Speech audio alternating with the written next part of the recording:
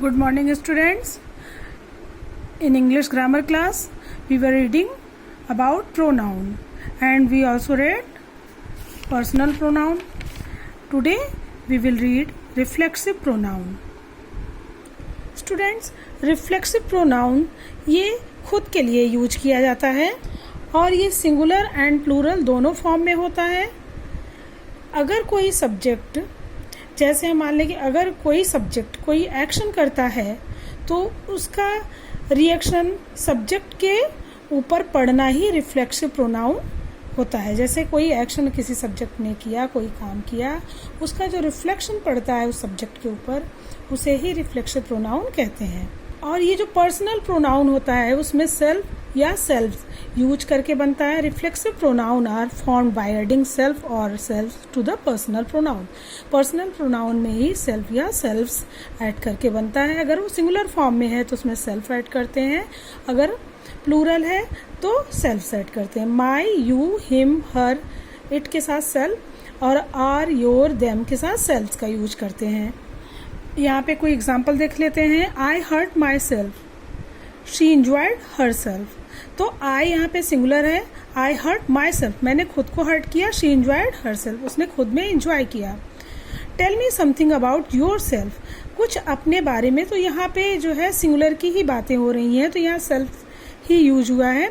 अगर ये प्लूरल में होता है तो वहाँ पे सेल्फ्स का यूज हो जाता है. सेल्फ योर में योर सेल्फ लग जाएगा और आवर है तो आवर सेल्फ लग जाएगा. देम है तो देम सेल्फ यूज हो जाएगा. Students, now we will read about relative pronoun. Relative pronoun, relate.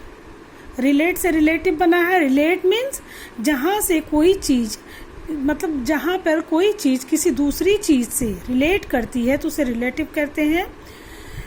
जैसे अगर हम नाउन और प्रोनाउन को, जिन शब्दों को रिलेट करने के लिए यूज करते हैं उन्हें रिलेटिव प्रोनाउन कहते हैं. इसमें आते हैं हु, विच, हुज, आर. ये सब जो हैं ये रिलेटिव प्रोनाउन होते हैं.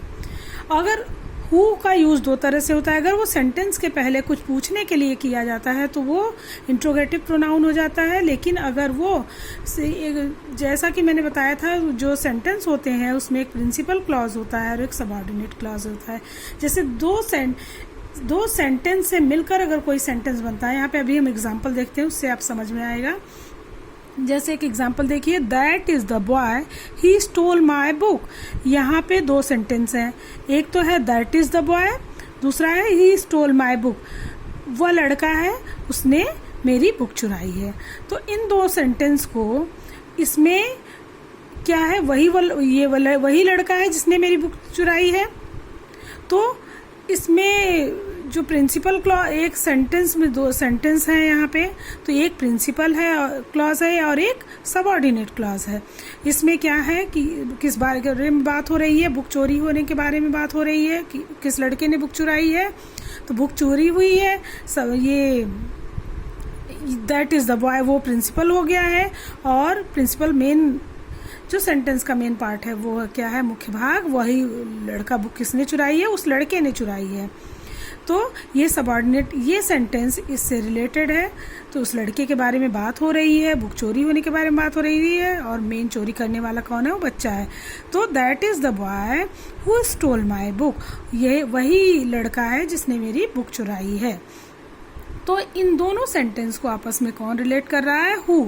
तो इसलिए हु यहाँ पर रिलेटिव प्रोनाउन होता है.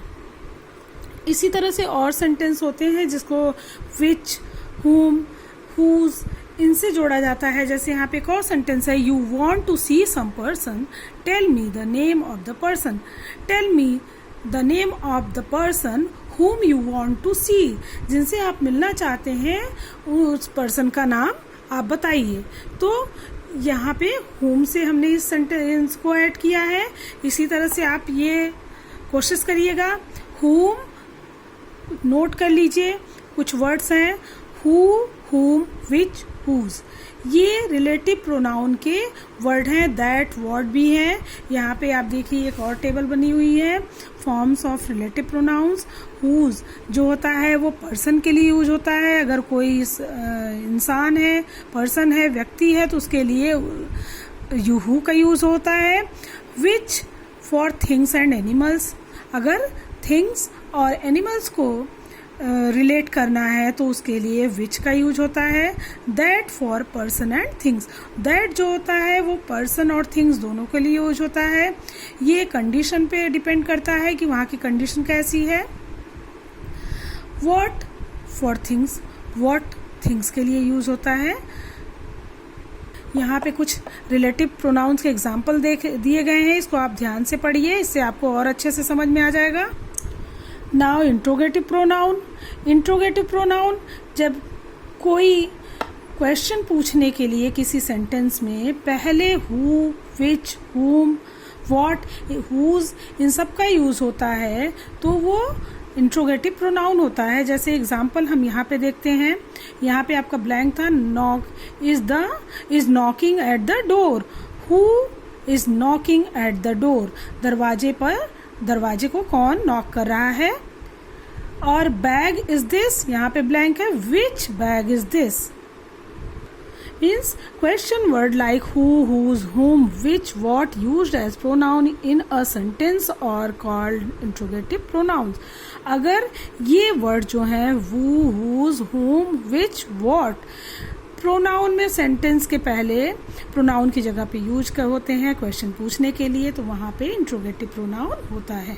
Students, after reading the example, these examples of relative pronoun, please try to do page number 24.